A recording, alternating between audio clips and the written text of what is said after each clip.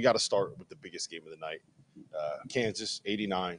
Kentucky, 84. It was a different Kentucky team than we're used to seeing. We'll get to all that. But first, I want to go to RC on this one.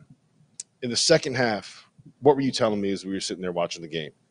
How would you guard Kansas? You would let DeJuan Harris shoot, right? I did. Do you want to apologize to the man? No, because you have to. I mean, it's something you could do. Hunter Dickinson was a problem, but hey, he hell of a game, 5 threes. I would have stepped out after the third, because one he didn't shoot, I would have shot. But we'll talk about that later. What do you make of this Kansas win? Listen, it almost got away from them. I mean, it really did. I think it was 6 at one point late, and Reed Sheppard came down. They were down 6 with 3 minutes and 46 seconds left, and they were down 14 at the under 12. It was 58-44, and Kansas called a timeout. I still, I think watching this game, you see that Kansas isn't the dominant number one that I think we thought they were maybe a month or two ago. They don't have great perimeter shooting. They don't have a lot of guys who can make a play off the bounce. They have 2 really good players.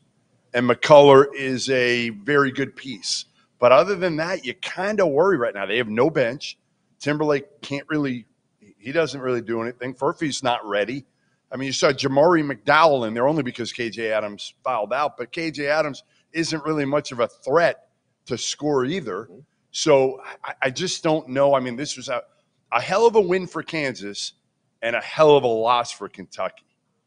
I really did. I was really impressed with Kentucky. I would echo pretty much everything you said. Let's start with DeJuan Harris, because I've lived that life of a guy who everybody dares to shoot. Honestly, it's such a hard thing. You're like, if you don't shoot, you look like a clown. And if you do shoot and you miss, people are like, I could make that shot. I could totally make that shot, right? That guy's got nuts that are the size of this room. And this is a very big room we're in. He's got a little Hurley to him, right? Like if we remember the UNLV win, he made the gigantic three that changed that game. He does whatever it takes to win the basketball game. And look, it wasn't a perfectly clean game. They ran a little play for him to throw an alley-oop to Parker Brown. I don't know why they ran that one, but he had a couple bad turnovers late. He got a little bit of foul trouble. It was a little chippy, but those dudes just know how to win, And even Hunter Dickinson kind of got, came along. And if you saw, there was one time when Hunter Dickinson was complaining about getting elbowed, and they reviewed it. And he was just trying to tell the ref, and DeJuan Harris stepped in front and was like, we don't do that. Because you were right in front. You were right behind that bench. Yes. I didn't see it. Yeah. I mean, he got elbowed, whatever. Yeah, I didn't see the DeJuan Harris telling him. No, DeJuan Harris was grabbing him. Yeah, DeJuan Harris was on the other side of Hunter Dickinson. Yeah, and you can't see him. Yeah, you can't Hunter Dickinson. So, look, it's not a perfect team. And obviously, losing Arterio is going to kill him because it's our starting 2 guard, big-time shooter scorer. No, he wasn't a shooter. He wasn't a big-time shooter. Well, he was a scorer. He was a scorer. Let's talk about that. But he was another body. He was another body that you needed. Yeah, let's talk about that, because the one thing that I think all of us have heard at some point about this Kansas team was that they need one more guy, right? Yep. They're down one guy, which is why I think Bill probably took a risk on a guy that maybe he shouldn't have brought into the program necessarily, getting Arterio Morris. How worried are you about that in terms of long-term series? I'll just say this: like we look at we think about all these teams like they're all perfect. They're all going to be flawed. Right. They're all going to be flawed. And the one thing that the Timberlake, him bringing Timberlake, that's the perfect. You and I talked about this. It's like guys look in the portal and you look at their numbers and you just assume, well, look, I can hide that he can't defend, but he's going to make shots. Mm-hmm. He wasn't ready for that game. He wanted no part of it. He was not.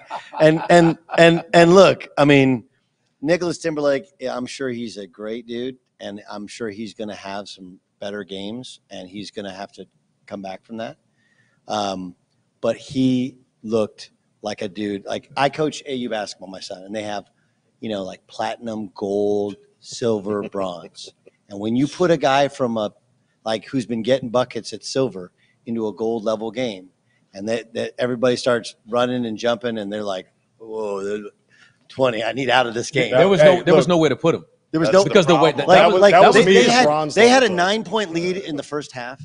Kentucky could not have looked worse. Mm-hmm. And Bill put the 2 shooters, put Furphy in there with Timberlake at the same time.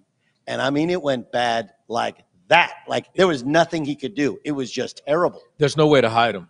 And the way Kentucky's plays, who was he going to guard? Nobody.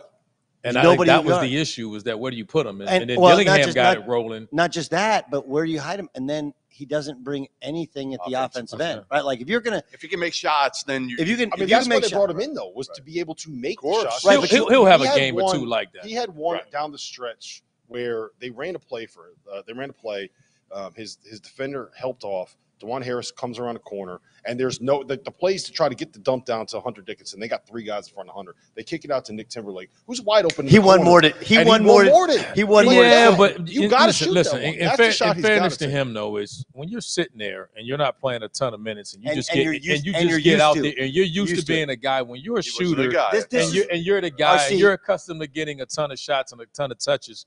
You're able to pick your moments, and then now he's not in that situation. So just to come into a game and get a shot, I just want to double up on something RC's saying, okay? Because he lived this as a pro, right? Because when he was in college, he was a dude, right? Then you go to the pros and like, hey, we want you against better competition to come out the bench, ice cold, and then when you get it, first time you get it, make the shot. Okay, that's hard. So again, and he was a great player. Right. Okay?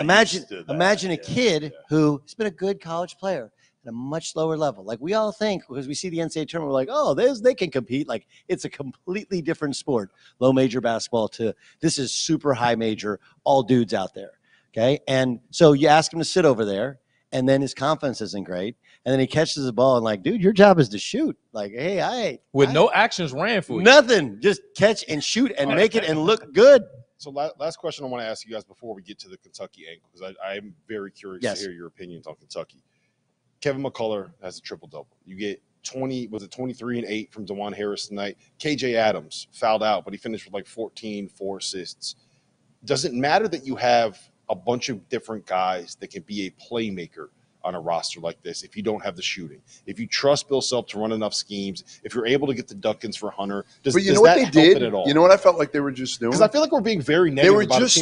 They were trying to run stuff over and over and over and hope that Kentucky's young guys were going to break down defensively. And I think they did. I don't think that's what it was. I think they did. I thought where they punished them a lot was everything kept coming from the weak side. Yeah. So they were having the Suns cut from the weak side, and they scored so many baskets off of penetration or a post feed, and then weak side cuts, and that's difficult to guard with any age, but definitely with younger guys. And those guys are really good at catching and finishing. KJ Adams is good at catching on the move. That's very hard. That's very hard to do. Yeah. The biggest question I had is how much of that is the Bill Self factor? Do you just look at it and say, okay, you got these playmakers, you got these guys. It's all Bill. He's so good. It's all Bill. He's so good. I mean, even digging into the bench at the end of the game for a dude who has not taken off the sweats. And then, by the way, at the end of the game, he caught the ball. The play before, he was open, and he's like, "You need to shoot that. Like, you need to shoot it." Like he was encouraging KJ to shoot the ball at the top of the key. He had to shoot it. No, but he's also and look, and I'll credit Bill as well. Like there was a bunch of times where like, when's he going to go to his triangle too? Because Dillingham was cooking him, and Shepard was cooking him a little bit too.